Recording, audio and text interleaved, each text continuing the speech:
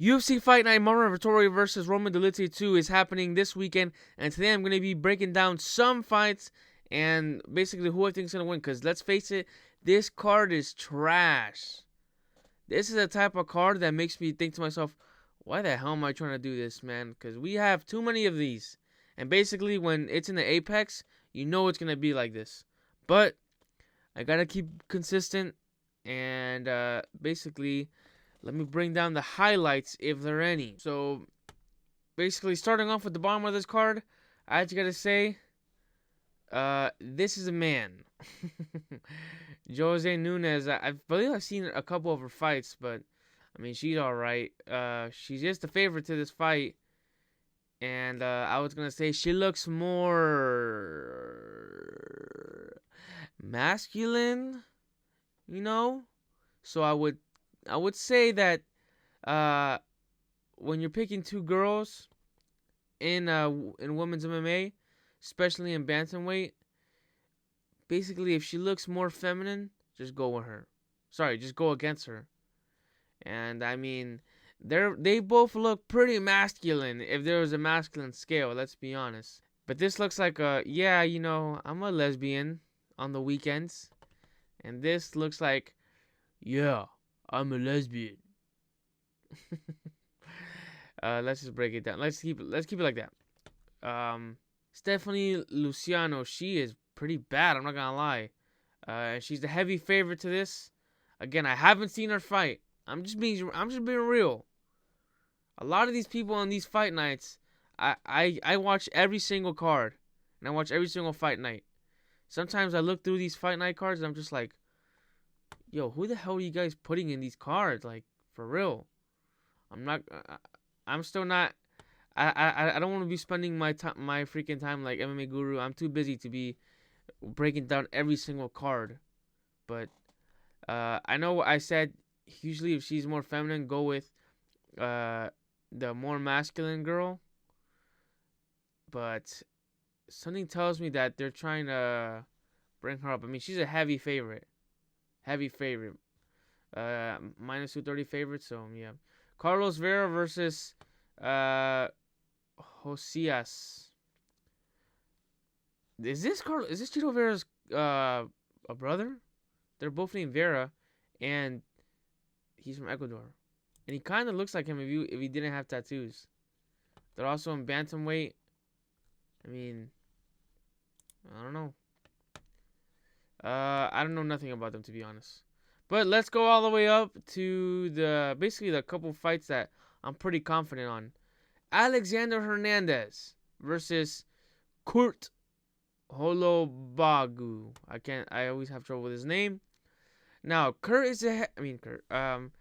Alexander Hernandez is a heavy favorite, but I'm doing a little bit of research, and he's younger. He's 32 years old, and Kurt is, I believe, 38 years old.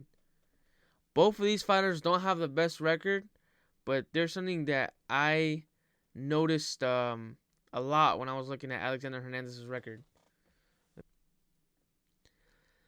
He doesn't have a 2-fight win streak. Besides when he started off, so he basically, he fought Benio Dariush. He knocked him out. I believe it was in 42 seconds. Impressive win from Alexander Hernandez. And then he fought Oliver. I believe it's Cowboy Oliver. Oh no, he fought Oliveira or Oliver, whatever, however you say his name. And then he got shot up to Cowboy Cerrone. Cowboy Cerrone beat the brakes off this dude.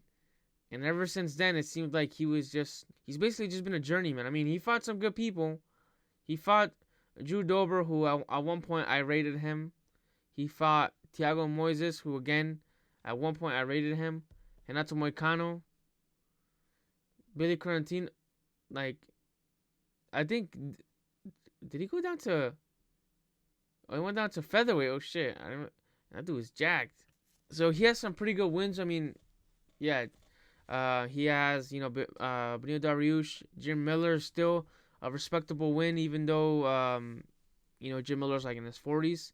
But he can't get that 2-fight win streak. And I think at this point, when you're this far into your career in the UFC, and you don't have a 2-fight win streak at least, besides when you first started, I think that's just more of a mental block. And I mean, Kurt isn't good. This dude's trash. Kurt is not good. He's 30 years old. He's 38 years old.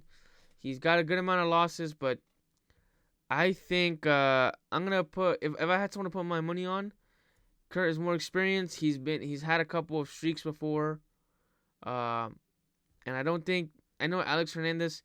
Just seeing by some of his fights where he was supposed to win and he didn't.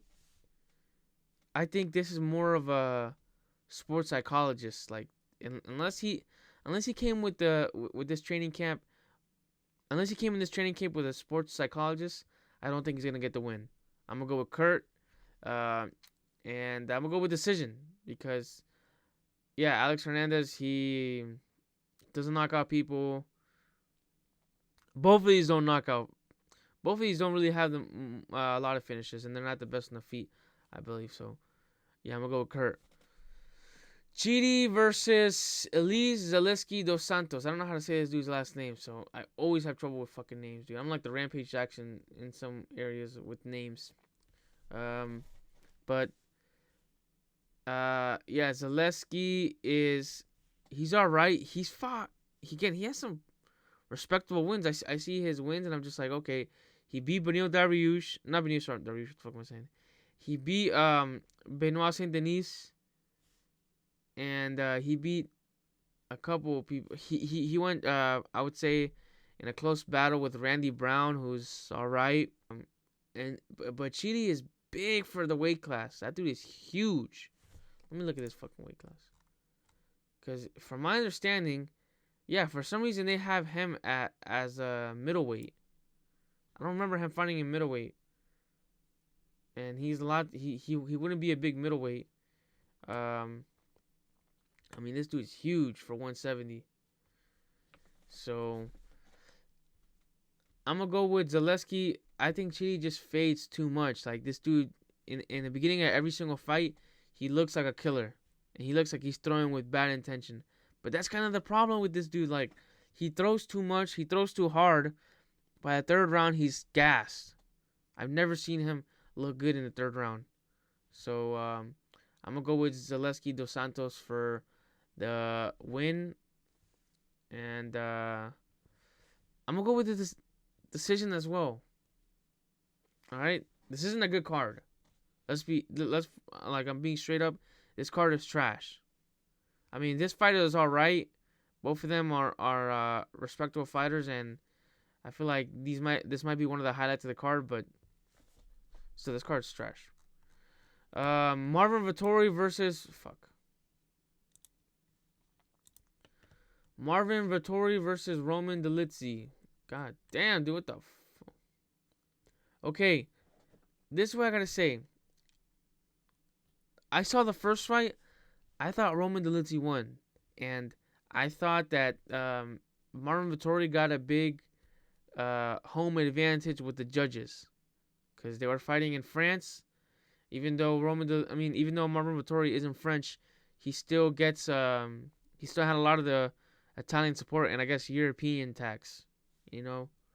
So he basically won because of European tax. The last time Marvin Vettori fought was when Jared Cannonier beat the brakes off this dude, you know. And I think he might have done some serious damage to Marvin Vettori because Marvin Vettori was not going out. And I think that's gonna be a life changing performance. Marvin Vettori isn't that old. I believe Roman Dolidze, they're around the same age. 31. Roman Dolidze is 36. Oh shit, Roman Dolidze is a lot older. I didn't realize that. Yeah, so Roman Dolidze is a lot fucking older, but still, he's been more active. He's gotten good wins. Anthony Smith, he got the fight in short notice. I know, like, Anthony Smith is always gonna be Anthony Smith, and as good as he is as someone who like analysis, or as good as he is as an analysis for fighters, he doesn't make good decisions in fights. He's not a good fighter, but he's a respectable fighter.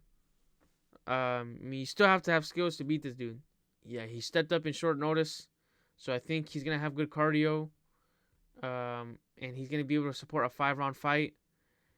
And he beat Kevin Holland. I know it was kind of a fluke too because it came off a rib injury, but I think Roman Dolidze deserved to win the first fight. And if anyone has kind of grown or at least shown some type of growth between their last fight, I think it would be Roman Dolidze because Marvin Vettori is kind of a sped. This dude has sped energy all around him 24/7. In the weigh-ins,